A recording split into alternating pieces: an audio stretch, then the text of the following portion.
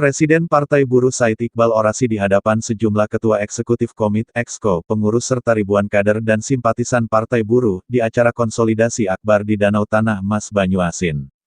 Minggu, tanggal 24 September tahun 2023.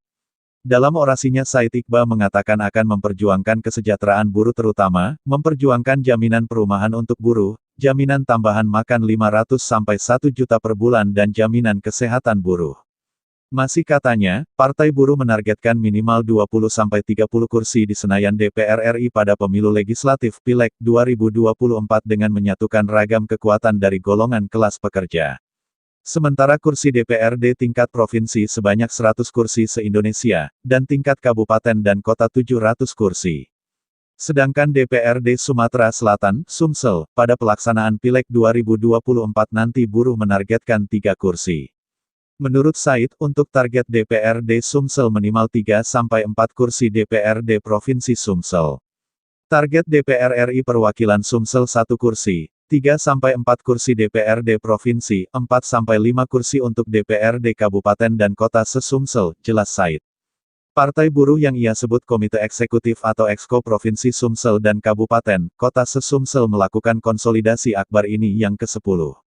Sebelumnya di Jawa Barat hari ini ada di 2 tempat Sumsel dan Jateng, dan masih akan menggelar konsolidasi akbar menjelang kampanye pemilu 2024, katanya.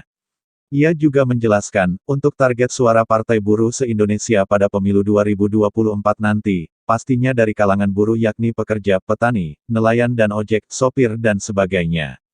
Yang Partai Buruh partai kelas pekerjaan, petani, nelayan dan kelompok pekerjaan lain, itulah jadi segmen suara buruh, ungkapnya.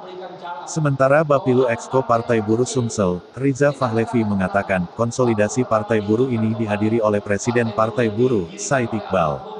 Dihadiri langsung Presiden Partai Buruh Bung Said Iqbal.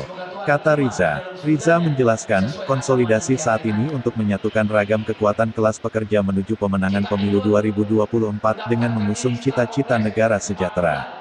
Sudah saatnya kelas pekerja turut berperang dalam kancah pertarungan politik elektoral, demi mengambil kebijakan yang berpihak pada kepentingan kelas pekerja, jelasnya.